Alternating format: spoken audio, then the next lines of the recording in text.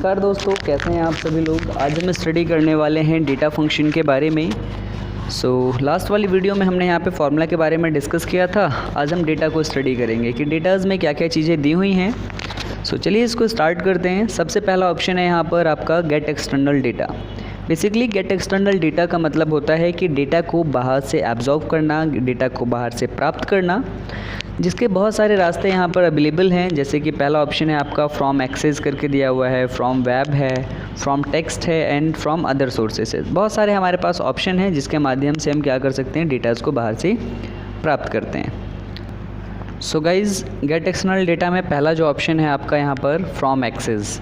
Basically from Access का मतलब ये होता है कि डेटाज़ को एक्सेस के माध्यम से एब्जॉर्व करना। जैसा कि मैंने स्टार्टिंग में बोला आपको, गेट एक्सटर्नल डेटा यानी डेटा को बाहर से एब्जॉर्व करना।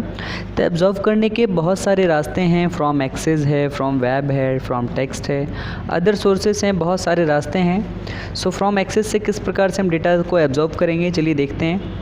जब हम फ्रॉम एक्सेस पे क्लिक करेंगे तो कुछ इस टाइप से आपके सामने एक नया विंडो खुल कर के आएगा, जिसमें बोल रहा होता है कि जहाँ पर भी आपका डेटा रखा हुआ है, डाउनलोड में है या रिसेंट में है, डॉक्यूमेंट में है, जैसे हमारा MS वर्ड का डेटा होता है, एक्सेल का डेटा होता है, ऐसे ही माइक्रोसॉफ्ट एक्सेस का भी एक डेटा होता है। अगर आपके सिस्टम में एक्सेस का डेटा है तो आप यहाँ से उसको इंपोर्ट कर सकते हैं। बट फ़िलहाल अभी अपने सिस्टम में यहाँ पर एक्सेस का डेटा नहीं है, उसको हम एब्जॉर्ब अभी नहीं कर सकते।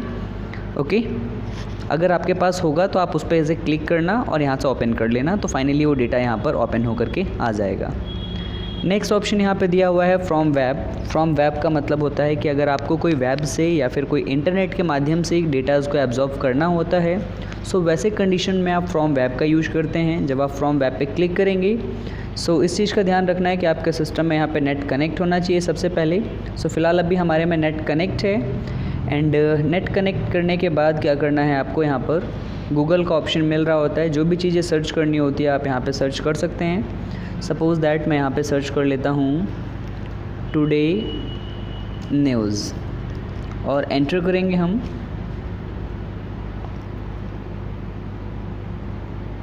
गाइज़, आपने देखा जैसे हमने टुडेज़ न्यूज़ पे क्लिक किया तो कुछ इस टाइप से हमारे सामने एक नया पेज खुल कर के आ गया है टुडे न्यूज़ का। एंड इसमें क्या होता है कि जैसे जो भी आपको हेडलाइन चाहिए होती है या फिर जो भी डेटाज चाहिए होता है, उस पर क्या करेंगे हम, एक मिनट, अभी ओपन हो रहा है।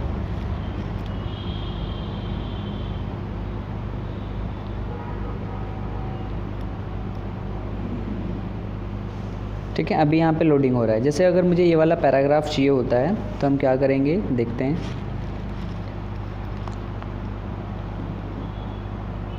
आप इस टाइप से डेटाज़ को सेलेक्ट करेंगे एंड सेलेक्ट करने के बाद यहाँ ऑप्शन मिल जाएगा आपको इंपोर्ट फंक्शन का।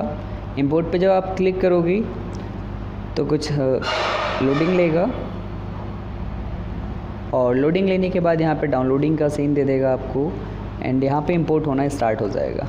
ठीक है, फिर ये पूछता है इंपोर्ट डेटा का कि कौन से सेल में करना है, तो जिस भी सेल पे आप क्लिक रखेंगे देन यहाँ से ओके कर देना है आपने एंड कुछ सेकेंड वेट करेंगे। एंड वेट करने के बाद आप यहाँ पे देखेंगे कि यहाँ पे जो भी आपका डेटाज़ था वहाँ पे यहाँ पर आकर के उसने इंपुट कर दिया है। ओके,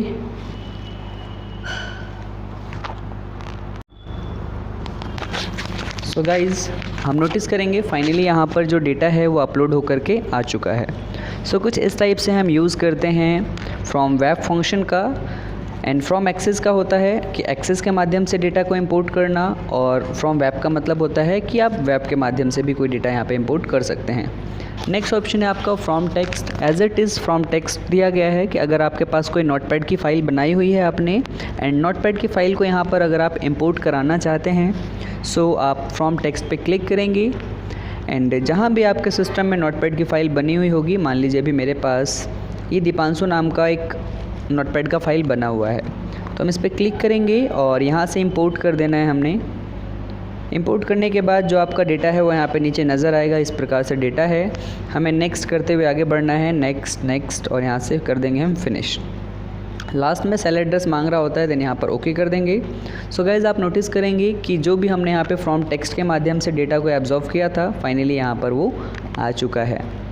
कुछ इस प्रकार से हम गेट एक्सटर्नल डेटाज़ का यूज़ करते हैं इसमें एक ऑप्शन और दिया हुआ है फ्रॉम अदर सोर्सेज। अगर इन फ्यूचर आपके पास और भी ऐसे रास्ते हैं जिसके माध्यम से आप अगर डेटा को एब्जॉर्व करना चाहते हैं, अगर ऐसी रिक्वायरमेंट होती है कि आप फ्रॉम एक्सेल के माध्यम से लीजिए या फिर फ्रॉम एनालिसिस सर्विस के माध्यम से आप डेटा को एब्जॉर्व करिए, सो आपके पास यहाँ पे ऑप्शंस हैं, यहाँ से आप डेटाज़ को एब्जॉर्व कर सकते हैं। ओके, आगे देखते हैं नेक्स्ट पॉइंट, इसमें क्या क्या चीज़ें इंपॉर्टेंट है।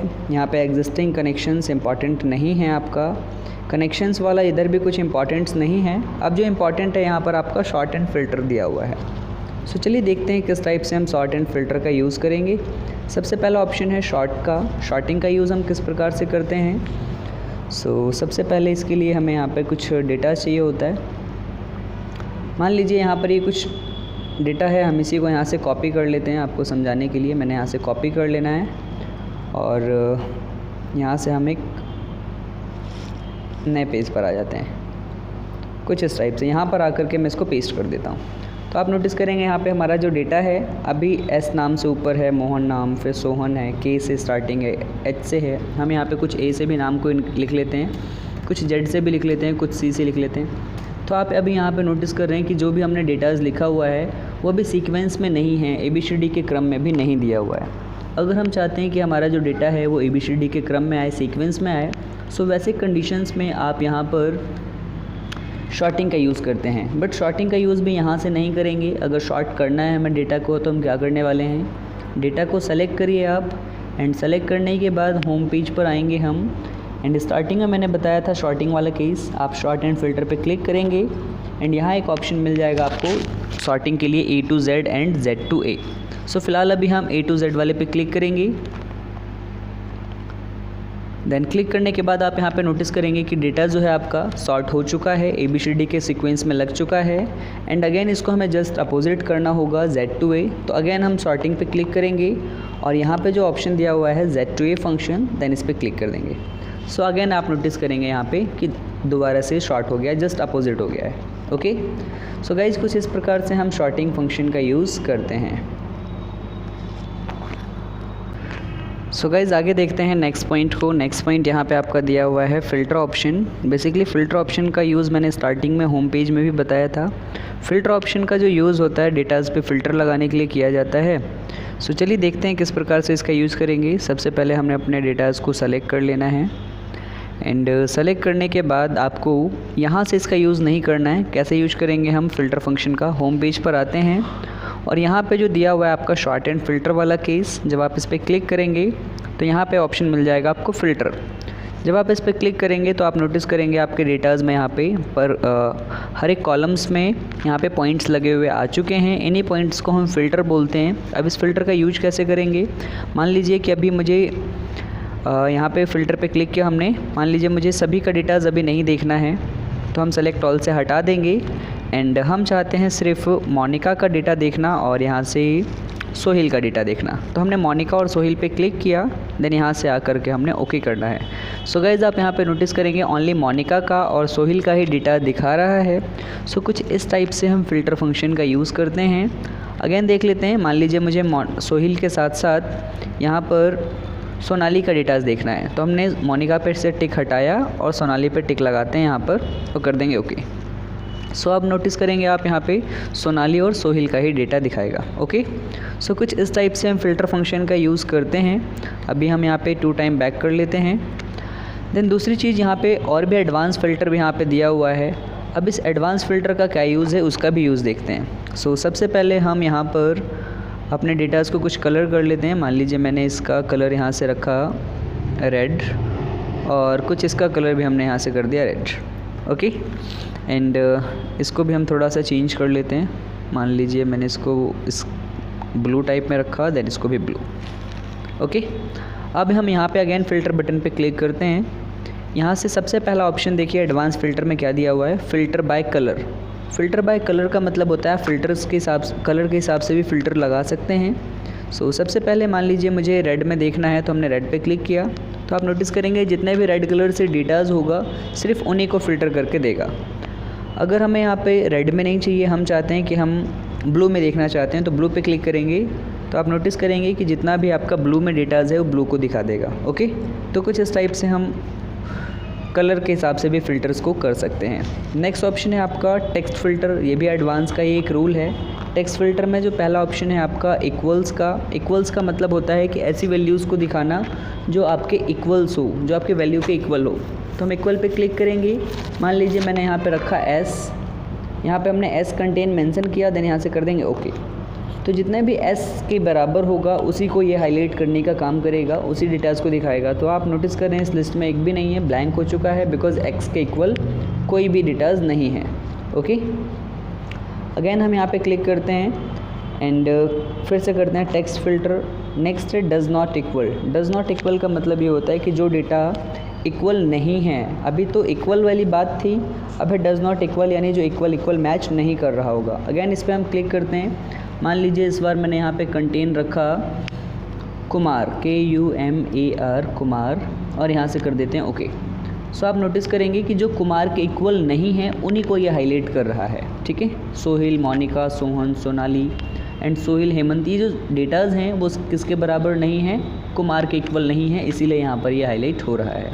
ओके, अगेन इस पर हम क्लिक करते हैं। नेक्स्ट ऑप्शन है आपका बिंग्स विद। बिंग्स का मतलब होता है शुरुआती, कि अगर आपने कोई कंटेंट डाला जो उसकी स्टार्टिंग जो लेटर है अगर उसी लेटर से मैच कर रहा है तो सभी को क्या करेगा, हाईलाइट कर देगा।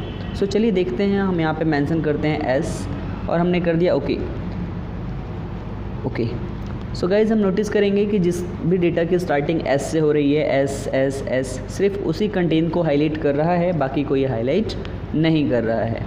ओके, आगे देखते हैं। नेक्स्ट पॉइंट यहाँ पे दिया हुआ है टेक्स्ट फ़िल्टर में एंड्स विद। एंड्स का मतलब होता है जिसका लास्ट का लेटर मैचिंग कर रहा हो। जैसे हमने लास्ट वाला लेटर डाल देना है, मान लो यहाँ पर लास्ट में हम R मेंशन करते हैं, R, देन करेंगे ओके। सो गाइज आप नोटिस करेंगे कि जिसका लास्ट वाला जो लेटर R से स्टार्टिंग है ये उसी को हाईलाइट करेगा। सो आप यहाँ पे देख पा रहे हैं कि ये कुमार का R लास्ट वर्ड है, तो इसी को बस हाईलाइट कर रहा है।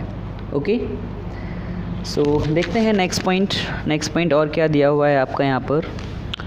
टेक्स्ट फ़िल्टर पे जब हम क्लिक करते हैं, टेक्स्ट फ़िल्टर में अगला है आपका कंटेंट्स का मतलब होता है सारे कंटेंट्स को हाईलाइट करना। जो भी आप लेटर डालते हैं उन सभी से मैच अगर हो रहा है तो उसको हाईलाइट कर देगा। सो हम कंटेंट पे क्लिक करते हैं। सपोज़ दैट मैंने यहाँ पर O मेंशन किया, देन ओके। सो गाइज जिस भी नाम में O होगा उन सभी को हाईलाइट करेगा। देखिए यहाँ पर सोनाली के नाम में भी O है, मोनिका में भी O है, सोहन में भी O है, सोहिल में भी O है, मतलब जिस भी कंटेंट में O आ रहा होगा उन सभी को ये क्या करेगा, हाईलाइट कर देगा। ओके, नेक्स्ट देखते हैं यहाँ पर। नेक्स्ट ऑप्शन है आपका टेक्स्ट फ़िल्टर में does not contain. Does not contain का मतलब होता है ऐसे कंटेंट को हाईलाइट करना जो कि मैचिंग ना हो। सपोज़ दैट मैंने फिर से यहाँ पर O मेंशन कर दिया, देन यहाँ पर कर देंगे ओके। सो गाइज इस बार आप नोटिस करेंगे कुमार और हेमंत के नाम में O लेटर नहीं आ रहा है, सिर्फ ऐसे लेटर आ रहा है जिसमें O नहीं है। ओके, तो कुछ इस टाइप से आप हाईलाइट करा सकते हैं टेक्स्ट फ़िल्टर के माध्यम से।